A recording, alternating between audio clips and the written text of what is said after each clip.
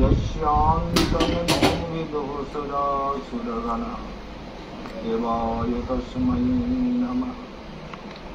शान्ताकारं भुजगशयनं पद्मनाभं सुरेशं विश्वाधारं गगनसदृशं मेघवर्णं शुभांगं लक्ष्मीकान्तं कमलनयनं योगिभिर्ध्यानगम्यं वन्दे विष्णुं भवभयहरं सर्वलोकैकनाथं।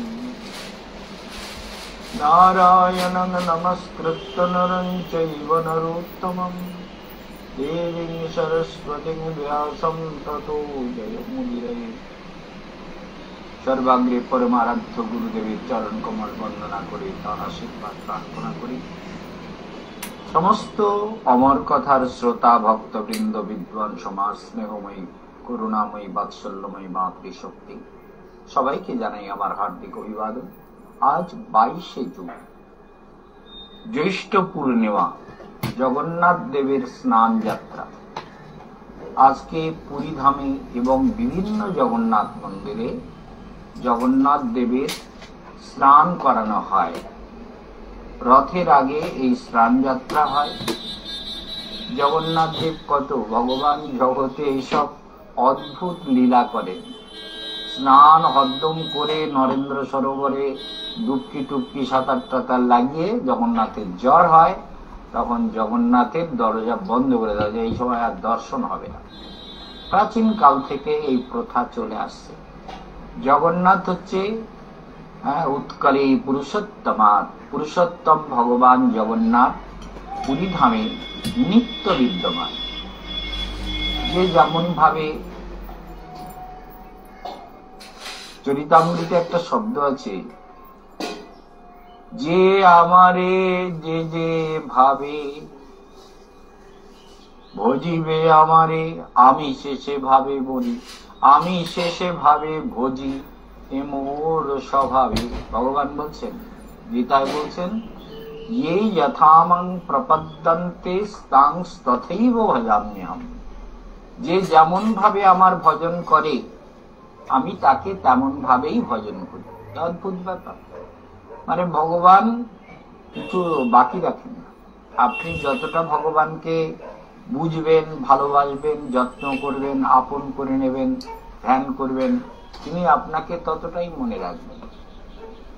আজকাল আমাদের একটা ফেসবুকে একটা চালু করা হয়েছে, নিশ্চয়ই দেখবেন, জ্যোতিষ মহাসম্রাট বলে একটা ফেসবুকে আমরা আশ্রম থেকে যত ভাগ্য বিচার করি, সব হয়তো নয়, কিছু কিছু ভাগ্য বিচার কিন্তু ওর মধ্যে দেওয়া হচ্ছে। সেটা আপনাদের চেষ্টা করতে হবে যে কিভাবে মহারাজ ভাগ্য বিচার করছেন, সেটা আমরা দেখে নেব। দেখে নিয়ে চলে আসবেন। যদি মহারাজকে শ্রদ্ধা হয়, ভক্তি হয়, তবেই আসবেন, না হলে আসার দরকার নেই। তো কেশবানন্দ মহারাজ তো নিজেই সম্পূর্ণ। যতটা নিজের বিশ্বাস শ্রদ্ধা মহারাজে হবে, তত মহারাজের কাছে এলে লাভ হবে। যেমন ভগবানকে আপনি যতটা ভালোবাসবেন, ভগবানের তরফ থেকে ততটা ভালোবাসা পাবেন। ভগবানকে যত ধ্যান করবেন, ভগবানের চেতনায় আপনার চেতনাটা ততটাই উন্নত হতে থাকে। এটা হচ্ছে সৃষ্টির শাশ্বত নিয়ম, প্রকৃতির নিয়ম। এই প্রকৃতির নিয়ম অনন্ত কাল ধরে চলে আসছে, বদলানো যায় না। যতটা পরিমাণে জল খাবেন ততটা পরিমাণে পিপাসা মিটবে। ঠিক এরকম সাধনাটাকে নিজের জীবনে যে যতখানি গুরুত্ব দিতে পারে, সে ততটা ভাগ্যবান। আর এই গুরুত্ব দেওয়ার জন্য মানবের গ্রহযোগ অনুকূল থাকা দরকার। তা না হলে কি হয়, প্রতিনিয়ত এমন এমন ধাক্কা আসে প্রকৃতি। মানে যেমন সমুদ্রে স্নান করতে নেমেছি, সমুদ্রের ঢেউগুলো যখন জোয়ার আসে, সমুদ্রে তো প্রায় জোয়ার আসে আর নামে, আপনারা জানেন নিশ্চয়ই। যারা পুরীতে গেছেন, দীঘাতেও বোঝা যায়, গঙ্গাসাগরেও বোঝা যায়, তবে পুরীতে খুব বেশি পড়ে এই জোয়ার আসে। জল দেখতে দেখতে দেখতে দেখতে উঠে আসে। আবার দেখতে দেখতে দেখতে দেখতে নিচে চলে যাচ্ছে। ঢেউয়ের কথা বলছি না, কিন্তু জোয়ার, জল বেড়ে যাচ্ছে, আবার জল নেমে যাচ্ছে, অর্থাৎ জোয়ার ভাটা। সেই রকম জোয়ার যখন আসে তখন ঢেউগুলো বড় বড় হয়ে আসে। যদি আপনি বাড়িটা সামলাতে পারেন, ঢেউয়ের বাড়িটা, তো ভালো। না হলে আপনাকে ঢেউ যখন আসে একটু নিচে চলে গেলে, একটু যদি আপনি কোমর সমান জল, যেখানে বালিয়াড়ির থেকে যখন ঢেউটা ভাঙে তার একটু আগে, ওখানে কোমর সমান বা এই বুক সমান জল থাকে, ঢেউ এলে আপনি যদি ডুব দেন, তা আপনি বুঝতে পারবেন আপনার মাথার উপর থেকে ঢেউটা চলে গেল, কোনো কষ্ট হবে না। কিন্তু আপনি যদি ঢেউটাকে দেরিতে ডুব দেন, তাহলে ঢেউ আপনাকে পাক দেবে, একদম বালির উপরে আসার মারতে মারতে উপরে নিয়ে যাবে। কারণ জলটা যখন ভাঙছে তার আগে আপনাকে ডুবে যেতে হবে নিচে। এর সৃষ্টির নিয়ম এরকম। তেমনি ধ্যান জগতের ঝামেলা যত হবে, আপনি ডুবে যাবেন আপনার অন্তরাত্মার মধ্যে। আপনার মধ্যে যে আত্মা আছে, আনন্দ রসরাজ ভগবান আছে, সেই ভগবানের অংশ আপনি তো সচ্চিদানন্দ। আপনার ভগবান যেমন সচ্চিদানন্দ, আপনিও তার অংশ, আপনিও সচ্চিদানন্দ। আর এই সচ্চিদানন্দ চেতনাটা যখনই কোনো প্রবলেম হবে তখন আপনি ডুবকি লাগিয়ে দেবেন। যখনই সমস্যা আসবে তখন ডুবে যান ভেতরে। ওম শ্রী ভেঙ্কটেশম মনসা স্মরামি, ভেঙ্কটেশম মনসা স্মরামি, ভেঙ্কটেশকে মনে মনে স্মরণ করে বলে ডুবে যাই। ডুবে না গেলে তো আছাড় মারবে, পাক দেবে, কষ্ট দেবে। সংসারটা এরকম। এ যে যত গভীর প্র্যাকটিক্যাল করবেন, আজকের আমার যেহেতু জগন্নাথ দেবের স্নান যাত্রা, জ্যৈষ্ঠ পূর্ণিমা, আর আমারও জন্মদিন, তাহলে আপনারা যারা আসছেন এখন যদি কাছাকাছি থেকে আসেন, প্রোগ্রাম দেখে সঙ্গে সঙ্গে বেরিয়ে আসুন। 9টার মধ্যে বাগবাজারে ঐক্যতান ভবনে চলে আসবেন। কারণ বাগবাজার গৌরীয় মঠের ওখানে যে এটা হচ্ছে সেটা অনেক ছোট জায়গা, হবে না। সেই জন্য আমরা ঐক্যতান ভবনে প্রোগ্রামটা রেখেছি। সেই জন্য আপনারা একদম গঙ্গার ঘাট থেকে উঠে এসেই ঐক্যতান ভবন। সকালবেলা যারা গুরু পুজো করবেন তাদের তো সকালে খালি পেটে থাকতে হয়, একদিন থেকে যাবে। নিতান্ত সুগার টুগার থাকলে কিছু যদি খেতে হয় একটু খেয়ে নেবেন, আর না হলে উপবাস করেই গুরুদেবের পুজো করে পুষ্পাঞ্জলি দিয়ে তারপরে তো প্রসাদ আমরা ব্যবস্থা করবোই। 1টার দিকে প্রসাদ দিয়ে দেওয়া হবে, 3টে পর্যন্ত প্রোগ্রাম শেষ হয়ে যাবে। সেই জন্য আপনারা মনে রাখবেন। আর আরেকটা কথা এখানে বলার আছে, সেটা ভুলে না যাই, সেই জন্য বলতে হচ্ছে যে যারা বৃন্দাবন পরিক্রমায় যাবে তাদের কিন্তু লাস্ট বুকিং আজকে, অর্থাৎ 22শে জুন, এই যে শনিবার, যে ব্রজধাম পরিক্রমায় আমাদের যে নিমাই পাত্র কালকে ফোন করেছিল, আমাদের পুরনো ভক্ত সবাই চেনে, মাস্টারমশাই বলে সবাই জানে। ওখানে ওরা একটা অনুষ্ঠান করে, বললো মহারাজ আমি পুরো পরিক্রমাটা যাওয়ার আমার খুব ইচ্ছে ছিল, তা আমি এই জন্য যেতে পারবো না, আমার উপরে একটা বিরাট দায়িত্ব থাকে। এখানে একটা স্কুল আছে, তো সেই স্কুলের যে পরীক্ষা বা এক্সামিনেশনের যে অনেক রকম কিসব ব্যাপার বলছিলেন, অত খেয়াল করলাম না। তো উনি বললেন যে ওইটা আমারই উপরে সব দায়িত্ব থাকে, সেই জন্য আমি পুরোটা যেতে পারছি না। তো আপনার সঙ্গে যাওয়ার আমার একান্ত ইচ্ছা, দেখি এখনো না করছি না, তবে আমার সঙ্গে 7-8 জন যাবে বৃন্দাবনে, এটা নিশ্চিত। সেই লোকগুলোর তাহলে রেজিস্টারে নাম উঠে গেলে মানে এতে কোনো অসুবিধা নেই, পরিক্রমার প্রোগ্রাম ফাইনাল হয়ে গেল। তো যাই হোক, আপনারা যে রসিদ টসিদ নিতে চান নিয়ে নেবেন, কোনো অসুবিধা নেই, সেটা তো আমাদের থাকবেই। তো আপনাদেরকে বিশেষ করে বলে দিলাম, যারা ব্রজধাম পরিক্রমায় যাবেন তাদের লাস্ট বুকিং কিন্তু আজকে শেষ করতে হবে। কারণ আমরা আপনাদের এ ব্যাপারে কোনো রকম সময় দেওয়ার চেষ্টা করবেন না, তাহলে টিকিট পাবেন না। কারণ আমরা পূর্বা এক্সপ্রেসে টিকিট করব, পূর্বাতে টিকিট করব এখান থেকে টুন্ডুলা থেকে মথুরা। এই জন্য মথুরায় নেমে ওখান থেকে আমাদের গাড়ি থাকবে আপনাদের নিয়ে যাওয়ার জন্য।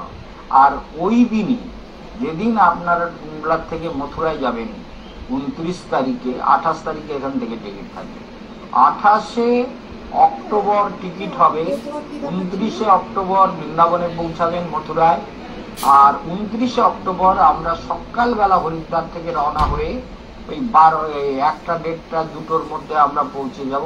যেই হরিদ্বার থেকে ফিরবেন তাদের টিকিট হবে 28 তারিখের রাত্রি 11টা 20 ট্রেন। সেগুলো আপনারা জেনে গেছেন, কারণ প্রোগ্রাম আমরা সবার কাছে পাঠিয়ে দিয়েছি। কোন ট্রেন, ট্রেনের নাম্বার কত, সবই দিয়ে দেওয়া হয়েছে। আজকাল সবাই ফোনে এক্সপার্ট, দেখে নেবেন। আর ওই ট্রেনে আপনাদের 11টা 20-তে আমাদের লোক যে তুলে দিয়ে আসবে। পরের দিন সকালবেলা আমরা 6টা 25-এ বোধহয় উৎকল কলিঙ্গ এক্সপ্রেস, সেটাতে উঠে আমরা এই আপনাদের বিশেষ করে প্রোগ্রামগুলো সম্পর্কে আজকের জন্মদিনের অ্যানাউন্সমেন্টে জানিয়ে দিলাম। আপনারা সবাই এগুলোকে মনে রাখবেন এবং আরো মনে রাখবেন যে সংসারটা কিন্তু এই রকমই।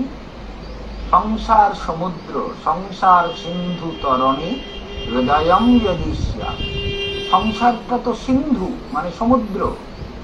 এই সংসার সমুদ্রকে যদি পার করার ইচ্ছে থাকে তাহলে তোমাকে এক তো গুরুকর্ণ ধারণ, গুরুর উপদেশ মতো চলতে হবে।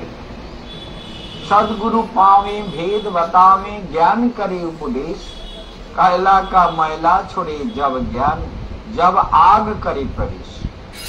কয়লা কিন্তু কোনোদিন ধুলে ময়লা যায় না। ধুয়ে ধুয়ে ডলে ডলে কয়লা শেষ হয়ে যাবে, তো ময়লা বেরোবে না। ময়লা যায় কখন? বলে আগুন লাগিয়ে দাও। কয়লা কিছুক্ষণ পরে জ্বলতে জ্বলতে দাউ দাউ করে, কাঁচা কয়লা বলে জ্বলবে খানিক্ষণ, জ্বলে তারপরে ধোঁয়াটা কমে যাবে, তারপরে লাল আগুন ডব ডব করছে লাল আগুন। তাহলে কয়লা কা ময়লা ছোড়ে জব আগ করে প্রবেশ। আগুন যদি প্রবেশ করে কয়লার ময়লা চলে যায়। তেমনি জীবের অন্তরাত্মায় যখন জ্ঞানাগ্নি প্রজ্বলিত হয়, গুরুর প্রদত্ত জ্ঞান যখন তার ভেতরে প্রজ্বলিত হয়, তখন তার চেতনার ময়লা আর থাকে না, ময়লা চলে যায়। সেই জন্য ভগবান ঋষভদেব তার প্রজাগণকে উপদেশ দিচ্ছেন, দেখো জগতে জীবের মেন কথা হচ্ছে, জীবের হচ্ছে কর্মবশম মনঃ, কর্মবশম মনঃ, কর্মবশম মনঃ। এই জন্য মনে রাখবেন আমাদের এই কর্মবশম মনঃ, কর্মের বশ হচ্ছে জীবের মন, কর্মই হচ্ছে তার প্রধান, কর্মই তাকে সংসার পথে পরিক্রমা করায়, কর্মই বন্ধনের কারণ। যে যেমন কর্ম করে সে তেমন ফল পায়, কথাগুলো মনে রাখবেন। সেই জন্য এই সংসার পথ অতীব দুর্গম। দুর্গম পথে আপনি কর্ম করবেন যদি বিবেক না থাকে, গুরু কৃপা না থাকে, সদ্গুরু চরণাশ্রয় না থাকে, তাহলে আপনি কর্মের কোনো কুল কিনারা পাবেন না। বারবার সংসার পথে ধাক্কা খাবেন, পাক খাবেন, পড়বেন, কষ্ট পাবেন, জন্ম মৃত্যু জরা ব্যাধি সংসার পরিক্রমা চলতে থাকে। সেটা আপনাদেরকে ব্যাখ্যা করে আসছি। সেই জন্য সেই ব্যাখ্যাগুলোকে পুনরায় প্রীতির ন যাবন মই বাসুদেবে, সেদিনও বলেছিলাম, যতদিন পর্যন্ত ভগবানকে ভালোবাসা না যায়। দেখবেন আমার ওখানে যারা ভাগ্য বিচার করতে আসে,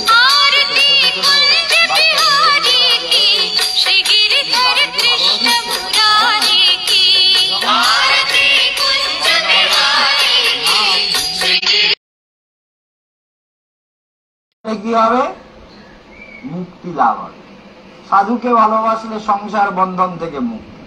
সেই জন্য মহারাজ দাদুকে ভালোবাসিস আর ভগবানকে ভালোবাসিস, আপনারাও তাই করবেন, বুঝতে পারছেন? ভগবানকে ভালোবাসবেন আর মহারাজকে ভালোবাসবেন। সেই জন্য মনে রাখতে হবে যে মহারাজকে ভালোবাসতেই হবে, তা না হলে এই সংসার পরিক্রমা চলতেই থাকবে। সেই জন্য আপনার কাজ কি? কাজ হচ্ছে সাধুকে ভক্তি করা ভালোবাসা, আর ভগবানকে ভালোবাসা ভক্তি করা, আর কোনো কাজ নেই। ভালোবাসা মানে কাম তৃষ্ণা চরিতার্থের জন্য না তো ভগবানকে কেউ ভালোবাসে, না সাধুকে ভালোবাসে। কাম তো একটা জগতের যন্ত্রণাময় ব্যাপার। কাম যতদিন আছে আপনার সংসার পরিক্রমাও ততদিন আছে। কাম তৃষ্ণা জীবকে সংসারে ভোগায়। কাম বলছেন দেখো, ভূয় এবাভি বর্ধতে, যেমন অগ্নিতে যত আহুতি দেবেন তত আগুন বাড়ে। তেমনি কাম তৃষ্ণাকে যত কামনার বস্তু জোগাড় দেবেন তত কাম তৃষ্ণা বাড়ে। জীব কত রকম তৃষ্ণা চরিতার্থ করতে চায়, কিন্তু তৃপ্ত তো হয় না। অতৃপ্ত বাসনা সংসার পথে পরিক্রমা করায়, কখনো ভূতপ্রেত, দানব, দৈত্য, যক্ষ, রক্ষ, কিন্নর, গন্ধর্ব, ভালো মন্দ, সুখ দুঃখ এইসব নিয়েই জীবের সংসার পরিক্রমা চলতে থাকে। সেই জন্য মনে রাখবেন যে জীবনটা, মানবের জীবনটা যত বিচার করে, যে নিজের ভেতরে মন্থন করে আত্মাকে, ভগবানকে, সত্যকে। আমি কি বলেছি আপনাদের? ওম আহম, আহম মানে আমি, अहम सच्चिदानंद स्वरूपम मनसा स्मरामि। আমি বুঝতে পারছি আত্মা, আমি আমার সচ্চিদানন্দ স্বরূপকে স্মরণ করি। ওম অহম আনন্দ স্বরূপম মনসা স্মরামি। ওম অহম, কি বলবেন? আত্মস্বরূপম মনসা স্মরামি।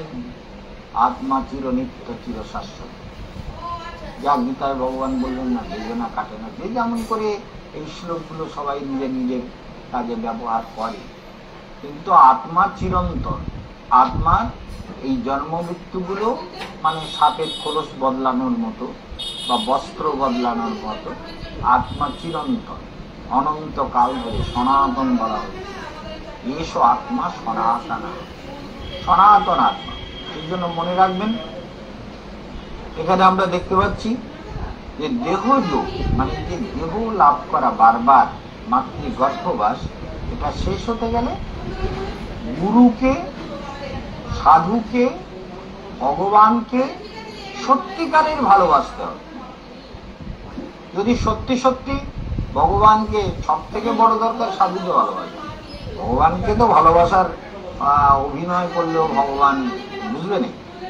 ঠাকুরের কাছে গিয়ে লম্বা গড়াগড়ি গড়াগড়ি গড়াগড়ি দিলাম, ফুল দিলাম, মালা দিলাম, ফল দিলাম, টাকা আছে অনেক কিছু দিলাম, কিনে টিনে অনেক কিছু ভোগ রাখ। ঠাকুরকে লোকে দেখে বললো, বা কি ভক্ত। ঠাকুর তো কিছু বলবে না, আপনার ভক্তি আছে কিনা। সাধুকে যখন ভক্তি করবে, যখন সাধুকে খাওয়াবে, সে কিন্তু টেস্ট করে বলবে। যেমন ধরুন অনেক আইটেম রান্না করলো, আমি বললাম কি হলো আপনাদের রান্না কখন হবে? এসব ঘটনার নাম করে বলতে পারি, কিন্তু বলবো না। বাড়িতে উৎসব, ভাগবত সপ্তাহ করেছি একদম অশোকনগর ৩ নম্বরে এক ভক্তের বাড়িতে। বিরাট প্রচুর লোকের ভিড়, প্রচুর প্রোগ্রাম হয়েছে। পরের দিন ভাগবত সপ্তাহ পূর্ণ হলো, পরের দিনে প্রসাদ পেয়ে বিদায়। এই প্রসাদ পাওয়ার রান্না হতে হলে রান্না কখন শুরু হবে? হ্যাঁ হবে হবে হবে, কোনো চিন্তা নেই। এখন দেখা যাচ্ছে রান্না শুরু করতে করতে প্রায় 8:30 9টা বাজে। আমরা কিন্তু যখন উৎসব থাকে, আমরা ভোরবেলার থেকে রান্না করে 10টার মধ্যে, 10:30টার মধ্যে রান্না শেষ করে ঠাকুরের ভোগ তুলে দেওয়া হয়। তোমরা তখন শুরু করছে।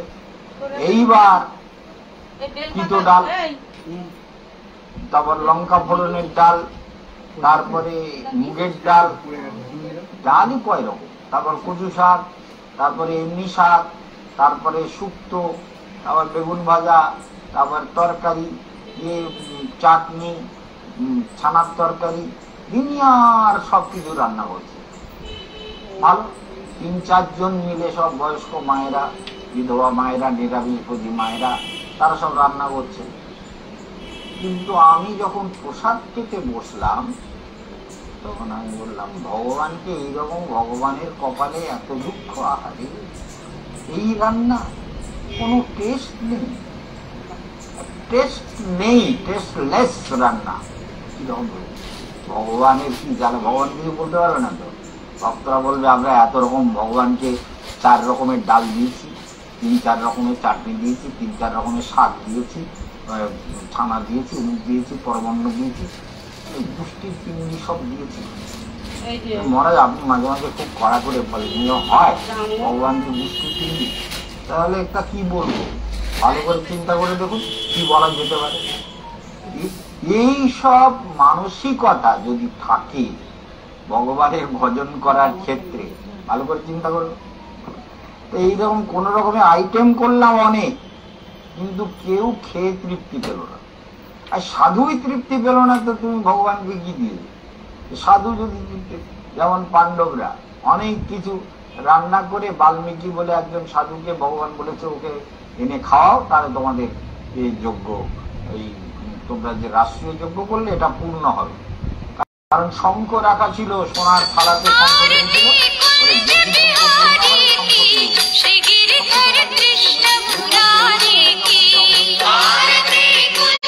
সে কি এত কিছু করলাম, তুমি নিজে পা ধোয়ানোর দায়িত্ব নিলে, ভীম খাওয়ানোর দায়িত্ব নিল। কিন্তু ভীমের পেটে তো বৃক নামক অগ্নি ছিল না, এই জন্য ভীমকে বলা হতো বৃকোদর, মানে খাচ্ছে তো খাচ্ছে, হজম হয়ে যাচ্ছে না। দুনিয়ার কত কিছু আজ গায়ে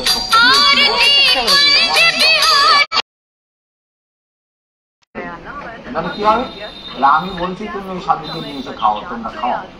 বাল্মীকি জীবন কৃষ্ণের পছন্দ করা সাধুর সেবা, চিন্তা করো। এবার সাধুকে নিমন্ত্রণ করেছে, নিমন্ত্রণ করে বলছে সাধু বাবা আপনাকে তো যেতেই হবে, আমাদের বাড়িতে আপনি দুটো সেবা করবেন। আর ভগবান কৃষ্ণ আমাদের বন্ধু, কৃষ্ণ নিজে বলেছে যে আপনি গেলে আমাদের সব পূর্ণ। সে আমি জানি না, তবে তোমরা যখন এত করে বলছো আমি জানি। তা যেমন দ্রৌপদী শুনেছে যে কৃষ্ণ সখা, কৃষ্ণ পছন্দ করেছে সাধু, কি রকম ব্যাপার চিন্তা করুন তো। কৃষ্ণ নিজে পছন্দ করা, দ্রৌপদী রান্না করেছে মনের মতো, যত মন প্রাণ ঢেলে কৃষ্ণ নাম করেছে আর রান্না করেছে, কৃষ্ণ নাম করেছে আর রান্না করেছে। কৃষ্ণ তোমার পছন্দ করা সাধুকে যেন খাইয়ে আমি তৃপ্ত করতে পারি। কৃষ্ণ কৃষ্ণ তুমি দেখো রান্না যেন সব ভালো হয়, সাধু যেন খেয়ে তৃপ্ত হয়, সন্তুষ্ট হয়। অনেক কিছু রান্না, মিষ্টি মিষ্টান্ন, পায়েস টাইস, দুনিয়ার কত কিছু যে করেছে, পিঠে বানা, কত কিছু করে বড় বড় সোনার থালায় করে সব সাজিয়ে দিয়েছে, সোনার থালায় ছোট ছোট বাটি দিয়ে সব। এইবার সাধু এসেছে, সাধু এসে দেখে নমস্কার করে ভগবানকে মনে মনে নিবেদন করে সব ঢেলে নিচ্ছে, ঢেলে নিয়ে ভালো করে চটকাচ্ছে। পিঠা পানা, মিষ্টি, শুক্তো, ভাজা, টক সব কিছু ভালো করে মিশিয়ে টিছিয়ে নিয়ে খাচ্ছে, ভালো করে খেয়ে দ্রৌপদী দিচ্ছে। কি সর্বনেশে ব্যাপার, আমি এত করে কি কৃষ্ণকে ডেকে ডেকে কি ভালো করে রাঁধলাম, কৃষ্ণ সখা তুমি সাধুকে খাইয়ে যেন তৃপ্ত করতে পারি, আর এই সব গড়বড় করে দিল সাধু, সব কিনা চটকি মুটকি কি একটা খিচুড়ি পাঠিয়ে দিলে, তাদের থেকে আমি খিচুড়ি বানিয়ে দিতাম ভালো করে। কি হলো, তখন তো সাধুর খাওয়া টাওয়া তো হয়ে গেল, হয়ে হাত মুখ ধুয়ে সাধু চলে গেল, শঙ্খ বাজলো না। এইবার বলে কৃষ্ণ তুমি তো চয়ন করলে সাধু, তা আমরা তো খাওয়ালাম যত্ন করে, তা শঙ্খ বাজলো কই? কৃষ্ণ বলছে সেটাই তো দুঃখের কথা। আচ্ছা শোনো সবাই এইখানে এসো। আচ্ছা যুধিষ্ঠির মহারাজ তুমি কি ভেবেছিলে? তা আমি কি ভাববো, কৃষ্ণ বলেছে তাই সেবা করেছি। ভীম বলছে আমিও তাই সাধুর সেবা করেছি, প্রণাম করে পাটা ধুয়ে যত পারি সাধুকে কত রকম নিবেদন করেছি। অর্জুনও বলছে তাই, নকুল বলছে তাই, সহদেব বলছে তাই। তাহলে সখী দ্রৌপদী, এবার তুমি বলো তো সখী, তুমি সাধু সেবা দিয়ে কি ভেবেছিলে? বলি কৃষ্ণ আমার না খুব দুঃখ হয়েছে। বলে কিসের দুঃখ? বলে সাধু সেবা করে আমার অন্তর একদম ভেঙে গেছে, দুঃখ হয়েছে খুব। বলে কিরকম দুঃখ? আমি বুঝলাম না সখী, কি হলো? বলে আমি এত কষ্ট করে রাঁধলাম যে কৃষ্ণ সখা তোমার পছন্দ করা সাধু, আমি যেন তাকে প্রাণ করে খাওয়াতে পারি,